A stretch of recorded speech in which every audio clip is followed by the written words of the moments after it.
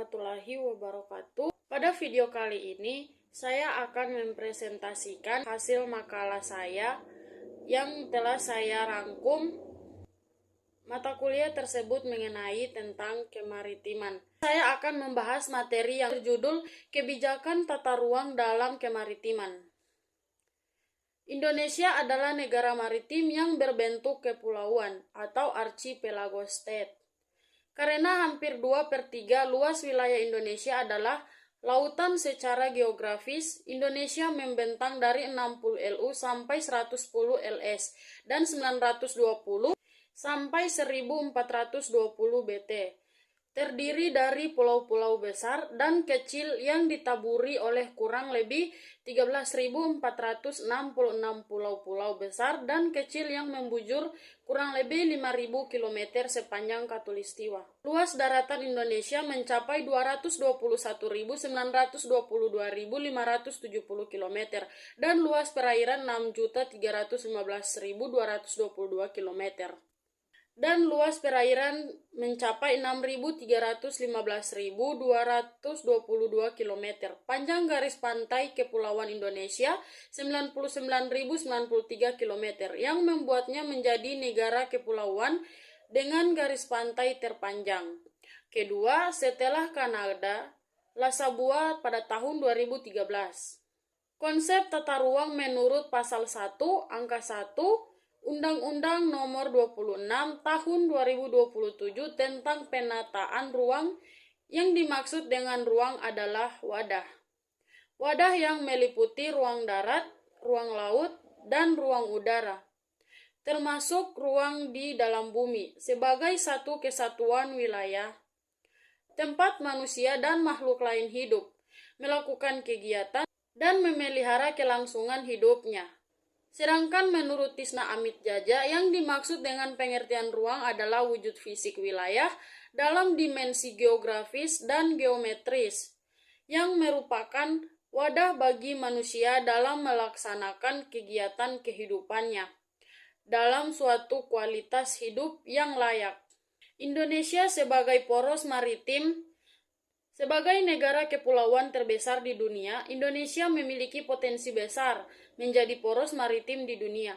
Poros maritim merupakan sebuah gagasan strategis yang diwujudkan untuk menjamin konektivitas antar pulau, pengembangan industri perkapalan dan perikanan, perbaikan transportasi laut, serta fokus pada keamanan maritim. Penegakan kedaulatan wilayah laut NKRI, revitalisasi sektor-sektor ekonomi kelautan, penguatan dan pengembangan konektivitas maritim, rehabilitasi kerusakan lingkungan dan konservasi biodiversity, serta peningkatan kualitas dan kuantitas sumber daya manusia kelautan, merupakan program-program utama dalam pemerintahan Presiden Joko Widodo mewujudkan Indonesia sebagai poros maritim dunia.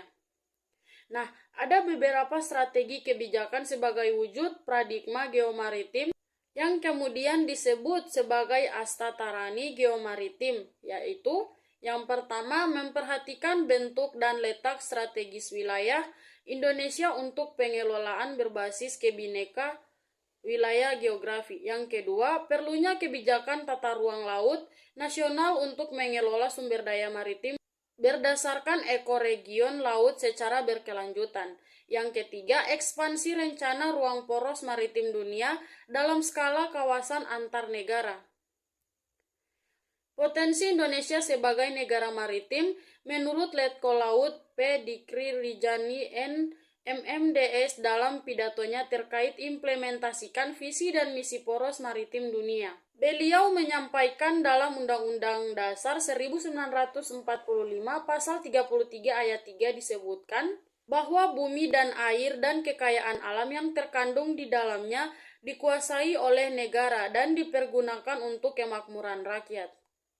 Indonesia memiliki perbatasan maritim dengan 10 negara, yaitu dengan India, landas kontinen zona ekonomi eksklusif atau ZEE, Thailand, landas kontinen atau ZEE, Malaysia, laut wilayah ZEE, landas kontinen Singapura, laut wilayah Vietnam, landas kontinen ZEE, Filipina ZEE, landas kontinen Pulau ZEE, landas kontinen Papua Nugini ZEE, landas kontinen Timor Leste, laut wilayah landas kontinen ZEE, dan Australia ZEE landas kontinen.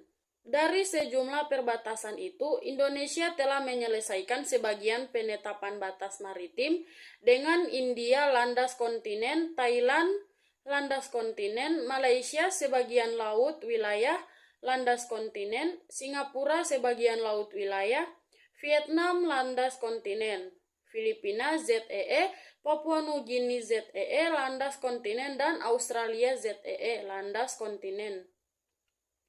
Kebijakan tata ruang dalam kemaritiman adalah kebijakan yang mengatur tata ruang laut dan memberikan kepastian hukum serta alokasi ruang bagi pemanfaatan sumber daya kelautan, sehingga tidak ada tumpang tindih pemanfaatan di lokasi. Kebijakan ini merupakan bagian dari kebijakan kelautan Indonesia yang terdiri dari 7 pilar. Salah satunya adalah pengelolaan laut. Guna mewujudkan visi kelautan Indonesia, perlu disusun sasaran sebagai misi dari kebijakan kelautan Indonesia, yaitu yang pertama, terkelolanya sumber daya kelautan secara optimal dan berkelanjutan. Yang kedua, terbangunnya kualitas sumber daya manusia, ilmu pengetahuan, dan teknologi kelautan yang handal. Yang ketiga, terbangunnya pertahanan dan keamanan kelautan yang tangguh. Yang keempat, terlaksananya penegakan kedaulatan, hukum, dan keselamatan di laut. Dan yang kelima, terlaksananya tata kelola kelautan yang baik. Perspektif pertahanan dan keamanan maritim. Menurut Imam Syafi'i, peneliti Pusat Penelitian Politik LIPI, dalam perspektif pertahanan keamanan, sejak dahulu, laut, pesisir, dan sungai merupakan urat nadi yang menjadi kekuatan bangsa ini. Itulah pemaparan dari saya mengenai kemaritiman. Semoga materi ini bisa memberikan pemahaman bagi kita semua mengenai kemaritiman. Mohon maaf bila ada salah kata. Sekian dari saya. Wassalamualaikum warahmatullahi wabarakatuh.